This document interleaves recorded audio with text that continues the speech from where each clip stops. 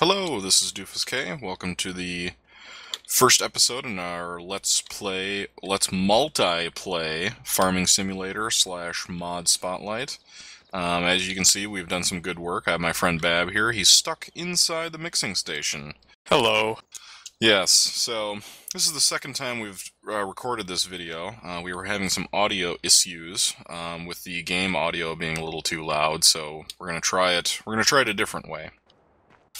So what we're going to do kind of is go over, this particular map to begin with, maybe different maps in the future, and then we're going to go over some of the mods that we've been using and have had experience with. So one of the first things you'll notice is this mixing station, and we'll go over that as well.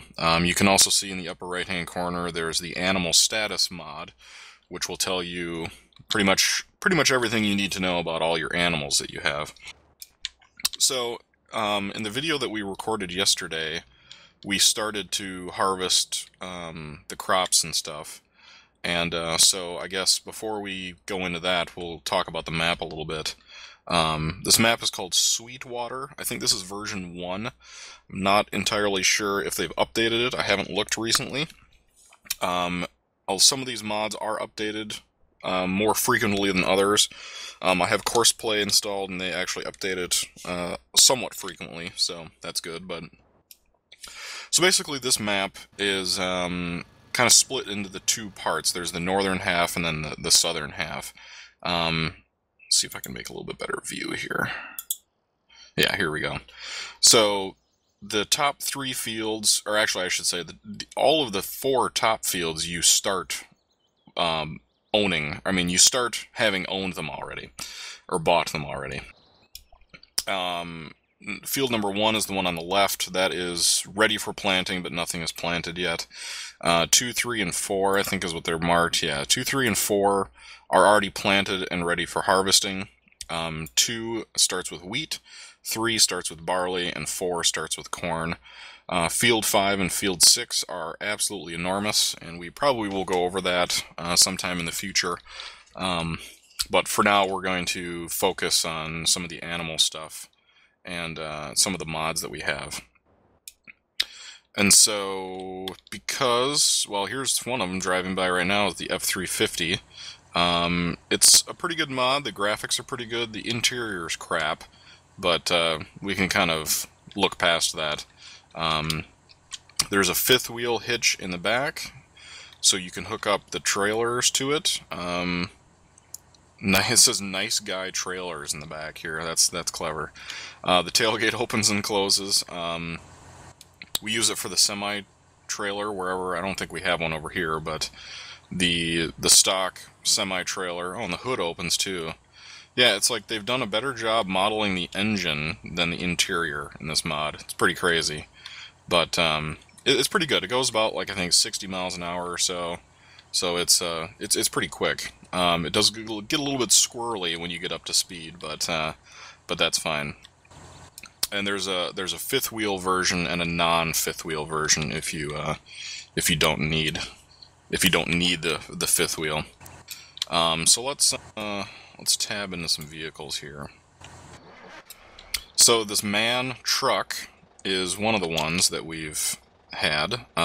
This also has the 5th wheel attachment, so you can, as you can see, attach it to a semi-trailer. These things are not quite as fast as the pickup truck, but they're a little more stable than the pickup. That forage harvester back there was also another mod. It's the Krona, like Big X 1100. And then there's the associated headers for turning stuff into chaff, and then there's its own trailer as well. Or I should say it has its own trailer as well, so you're not having to actually drive behind it. As you can see, there's kind of a cluttered HUD here, actually, because of all these different mods that I have, but underneath the animal status mod, you can see that says Class Lexion 780. That is one of the harvesters that we use, and I think it's pretty good. As you can see, that has a 25,000 liter storage capacity, which is quite a bit. So it works out pretty well. You'll have to excuse my voice if it's a little snotty sounding. My allergies are acting up, but Hopefully it's not too annoying. So, I think, at least as far as I can see, this map is sort of, I think, geared towards animals. It certainly doesn't have to be, because some of the fields are pretty big, but they've arranged everything in this map so that everything is very nearby if you want to do animal stuff. So the first thing you'll notice is these 3 silage silos, and I believe they hold, I want to say 1 million liters apiece, but I'm not entirely sure. We'll figure that out. And then, in addition to that, you also have just the kind of generic dumping pile area for grass, hay, and then silage, and then mixed rations. And we'll go over that, but basically you just back the trailer up into the pile and hit the go button, and it unloads. And as you can see, attached to that front loader there, I have the conveyor belt mod, or one of the many, actually. And so you can easily unload stuff into a trailer or into the mixing wagon or whatever.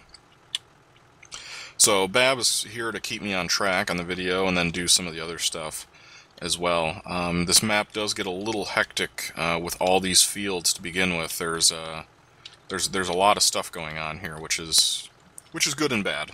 They do start you off with a lot of equipment, but they also start you off with a lot of different crops to harvest, and pretty good sized fields to harvest as well. So as far as some of these other mods that we've used, we have identified some of them that are not very good.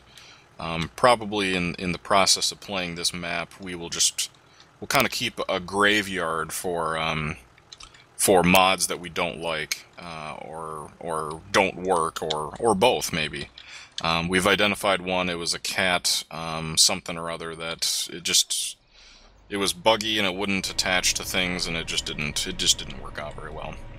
So one of the things one of the other, I mean, it is a mod, but it's more of a gameplay thing, is the GPS mod. And if you'll notice down there, it says off.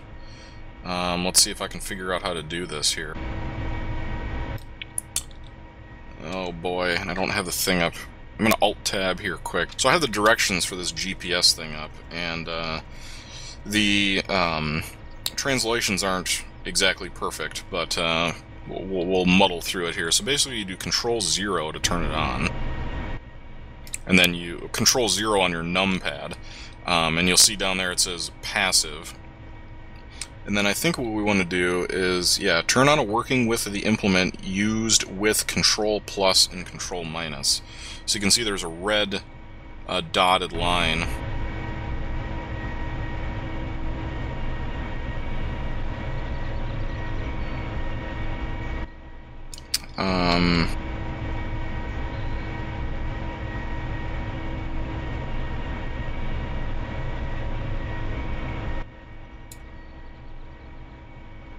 Let's see, I don't know why it's like actually moving the thing here. Hold on.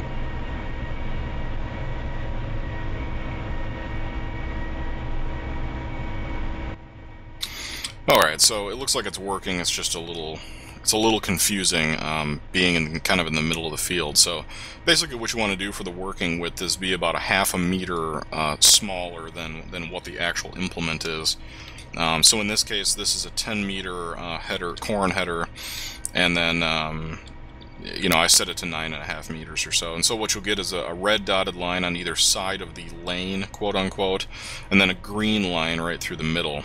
So if you're driving it manually, like in first person, you know, you'll see the kind of GPS little indicator on the HUD or whatever, and that will enable you to you basically keep the green line, and it's a little hard to see when you're in corn, but if you just look straight ahead of you, you know, it's pretty easy. So you basically just keep the green line right in that green area, and that will keep you on track. So this is the Corona Big X 1100, and actually the interior looks pretty darn good. They've done a good job here. I mean, all the way down to like the radio they have in here. So you know, it's good, but you can't have a worker, and that's sort of the only black mark. So you do Control W to go into active mode, which means that it will steer for you. Turn on the header, and then hit the